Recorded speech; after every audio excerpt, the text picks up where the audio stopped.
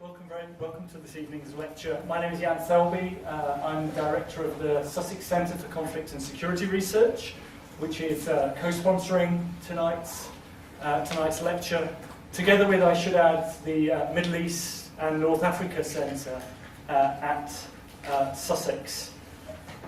I'll move straight on to tonight's speakers and the subject of the talk without further ado.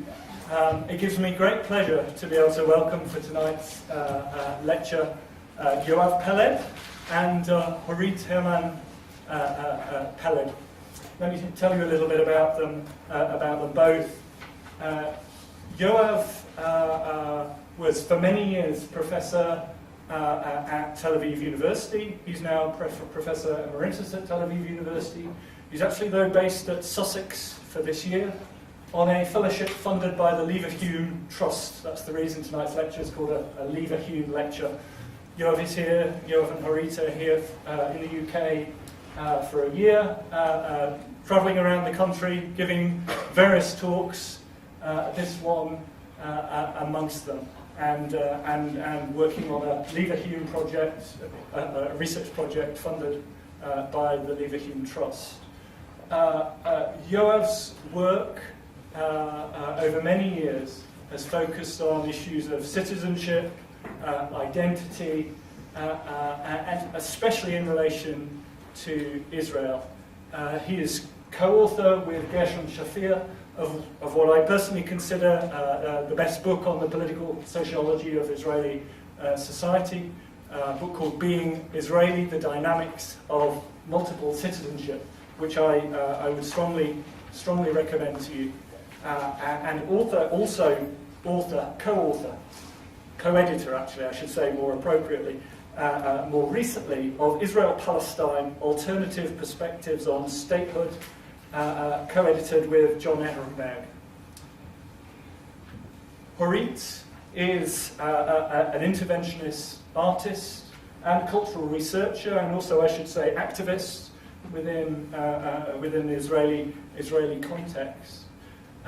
And together with Yoav, they're working this year on a project on the religionization of Israeli society, which is leading to a book forthcoming of that name. So this is the subject of their talk tonight: the religionization of Israeli society. The way we're going to organise tonight is that Yoav is going to go first. He's going to speak for about 30 minutes or so. Horit will then take over, something around another 30 minutes. That should give us plenty of time for question and answers discussion. We'll finish up no later than 20 to 8, after which there should be some time for drinks outside, which you're all very welcome to join us for. So without further ado, let me hand the floor over to Yoav. Thank you very much.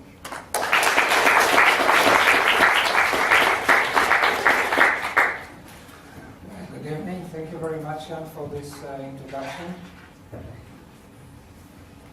And thank you for inviting us to give this talk.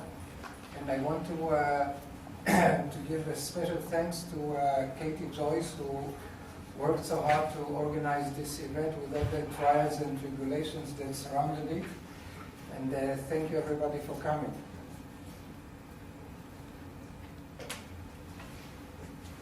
On the eve of Israel's punitive operation in Gaza in 2014, the commander of the Givati Infantry Brigade, somebody by the name of Colonel Ofer Winter, called upon his soldiers, as you can see up there in red, to fight the terrorists who defame the God of Israel. This unprecedented call for a holy war, for jihad, caused an uproar among the enlightened public in Israel. The enlightened public are like those who voted to remain in the EU in this country. But this did not harm Winter's career. Actually, since then, Winter was promoted to Brigadier General, and now he is Chief of Staff of the Central Command. The Central Command, as some of you may know, rules the West Bank. It is officially the sovereign in the West Bank, which is a an area under belligerent occupation, is the military commander of the Central Command, and Winter is his second in command. But this expression of religionization was only one small symptom of a very widespread and profound process encompassing many, many fields of social life.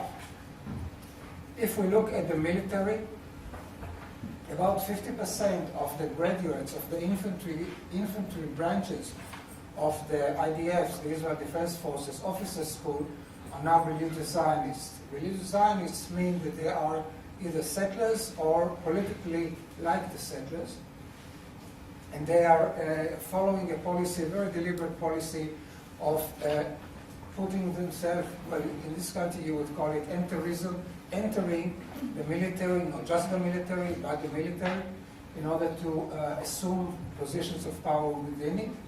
Right now, about 40% of the junior commanders in the infantry brigades are religious Zionists, and as you go higher, it varies, but at different times you can have between 60, 40, 80% of senior commanders who are religious Zionists, like this Ofer Winter.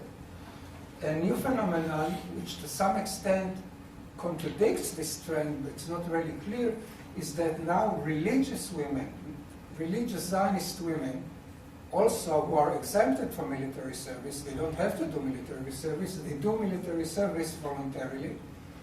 It's estimated that now between 30 and 50% of each cohort of religious Zionist women go into the military, and 10% of those go into combat units. This drives most of the rabbis, the religious Zionist rabbis, crazy. Of course, some rabbis support it, otherwise these women would not have done it, because they're still very religious women.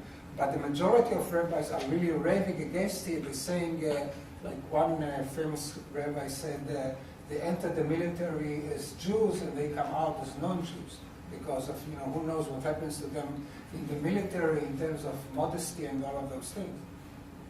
So that's I don't know if it's a contradictory trend, but there's some variation on the trend of entrism into the military.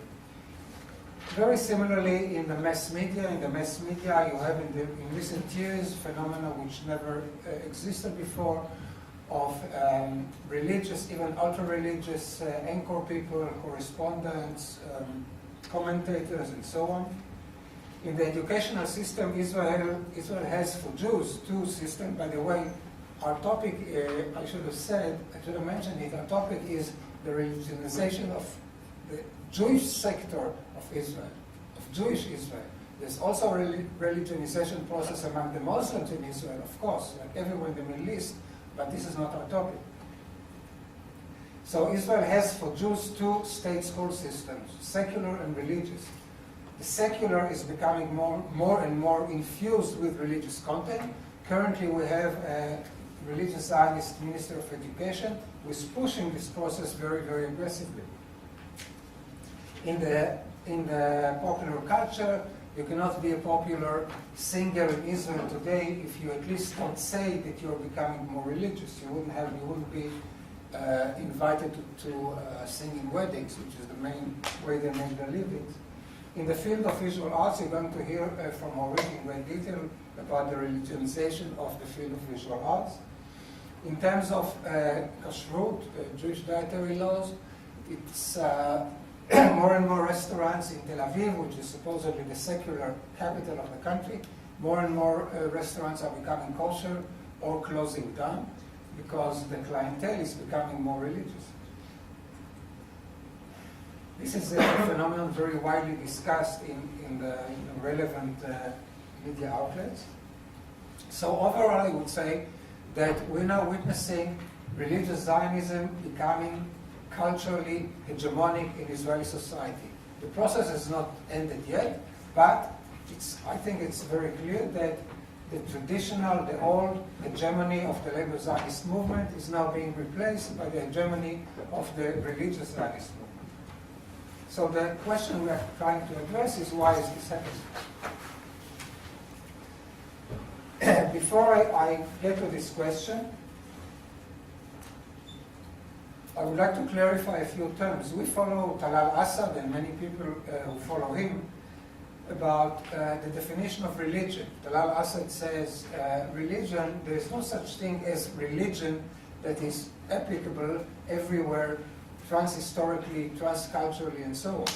The meaning of the term religion is very specific to every society, to every social historical context, and of course secularity, which is its mirror image, this is also true about that.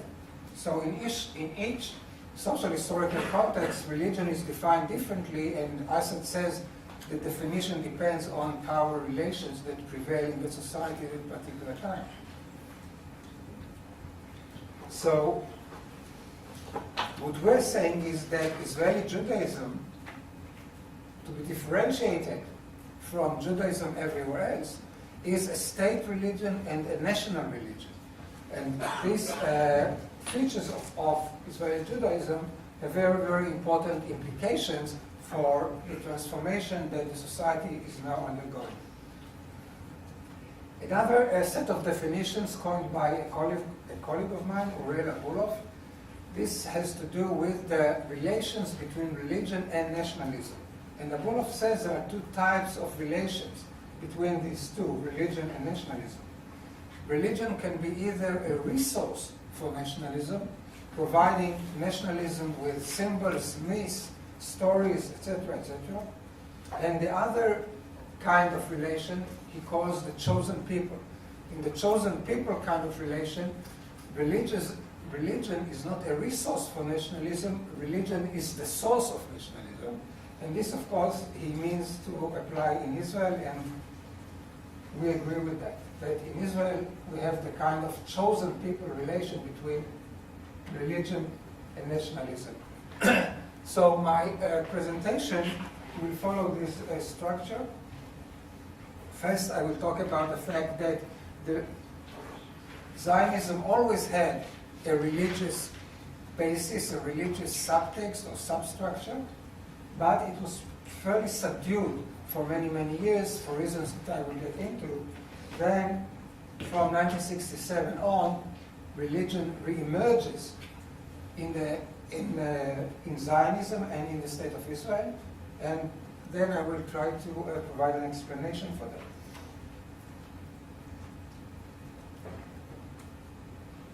Now, why does Zionism and why does the State of Israel need Jewish religion?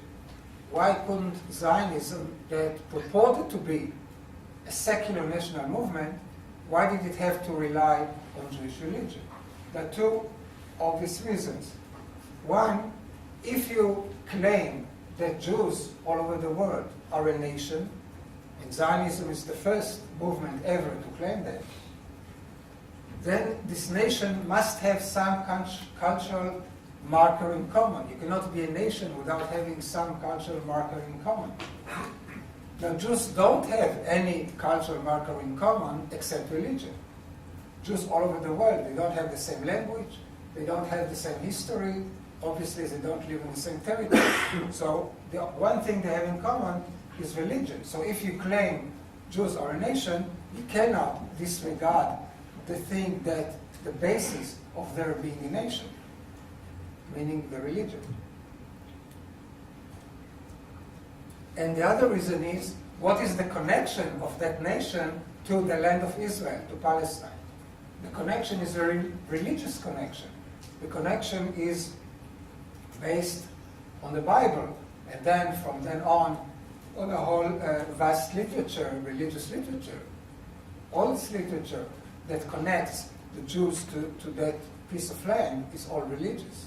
So that's why Zionism always had to have a basis in Jewish religion.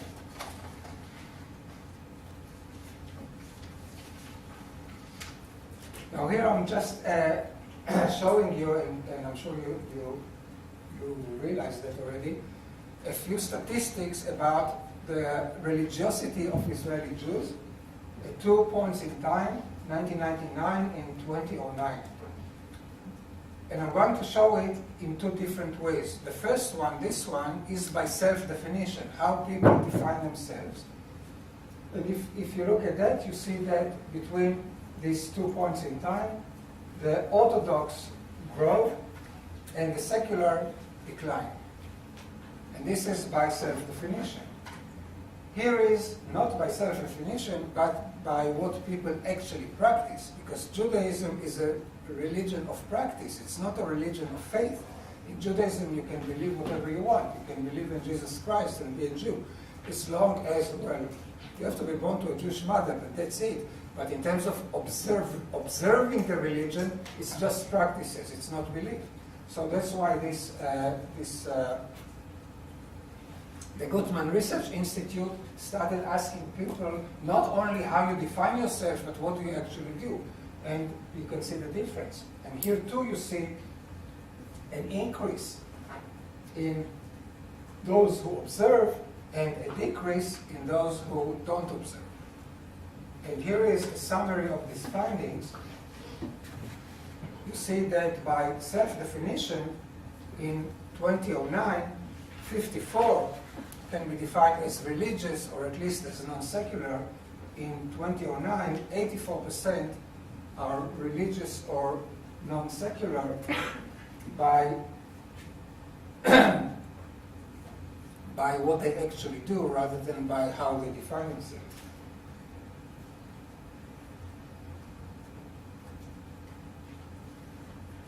And here is just a small explanation. It's a partial explanation of the increase in those who observe. Simply, the more religious you are, the more kids you would have. The lines from top to bottom are ultra-Orthodox, modern Orthodox, which is religious Zionist, traditional, and secular. And you can see by the number of kids, or the percentages of each set of numbers, how the religious population, how the observant population is growing.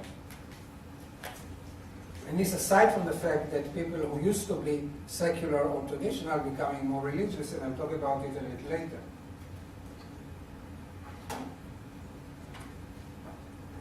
Here are some marking points in the relations between Zionism and Jewish religion. You see, it begins in the Second Zionist Congress, where this is decided. Zionism had a problem, of course, with Orthodox Jews, with the rabbis. They opposed Zionism because they said the redemption of the people of Israel in the land of Israel must await the coming of the Messiah. It cannot be brought about by human beings, certainly not by this type of human beings who are not even religious. So Zionism had to make great effort to recruit some rabbis so it would look like a Jewish organization. And they succeeded in recruiting some rabbis, and they had to make these concessions that you see in the slide. 3 different points in time. But the most important document for understanding the situation of Jewish religion in Israel today is this status quo letter. This is the most important constitutional document of Israel, even though it's not a law, even though it was written before the state came into being. This letter was sent in June of 1947 from the executive of the Jewish Agency, at that time headed by Ben-Gurion himself, to the executive of Agudat Israel. Agudat Israel is the political party representing the most Orthodox Jews. And the letter promised that once the state is established, the status quo that prevailed in mandatory Palestine would be maintained in these 4 areas. Rabbinical courts would continue to have exclusive jurisdiction in matters of family law. They didn't have exclusive under the mandate, but let's say the Saturday would be observed as the day of rest in the public sphere. Kashrut would be maintained in all government kitchens, and the educational autonomy of the ultra-Orthodox. Before you saw, here you see the educational autonomy of the Zionist religious, the Mizrahi. this talks about the educational autonomy of the ultra-Orthodox would be maintained. It is maintained until today. Their autonomy means they are financed by the state, but the state cannot say anything about what they teach. And why? Precisely because the overbearing religious characteristic collapsed into the national one, and the result is an illustrative, didactic, and unsophisticated visual representation. Furthermore, Horit argues, it seems that I will not be mistaken if I add that these artists have no interest in integrating into the tractate of the Moderna or Postmoderna, as they believe in their naivete in a proud Jewish alternative. Simultaneously, Horit is puzzled by the substantial increase in the number of religious players in the cultural fields and in the art in particular, suspecting the absurd proposal of setting an alternative to the secular hegemony. Now, Horit is a profound believer in the Israeli Declaration of Independence, drafted by the founders of the State of Israel, promising the possibility of a liminal space which enables the paradox of Jewish yet democratic state in a secular and minor religiosity context. In his response to the religious artist, Horit indeed identified a shift, and his language broadcast distress signs as to the possibility of containing the phenomena. Okay, now in 2012, Herman, a major museum, mounted a comprehensive art exhibit titled Matronita, 2012. Now, in 2008, there was a big, six exhibitions celebrating 60 years for the independence of the State of Israel. Now, you can see from the titles, I mean, each museum showed a decade from 1948 to 1998. And in this exhibit, there were, of course, Jewish artists, men and women, Palestinian, Israeli Arabs, Druze, Christian, LGBTQ artists. There was none, even one religious artist, Jewish religious artist. They were totally excluded. They were not part of it. However, in 2012, this was in 2008, now 4 years later, Herman, a major museum, mounted a comprehensive art exhibit titled Matronita. Its two curators were religious Jews, Deborah Liss and David Schferber. The exhibition turned out to be a challenging event in the Israeli cultural ontology that year by introducing for the first time in the hegemonic art field the so-called feminist art created by Orthodox women who are totally committed to halakha, which is the Jewish religious law, thus carving the premise for the return of the national embedded in the religious way of life.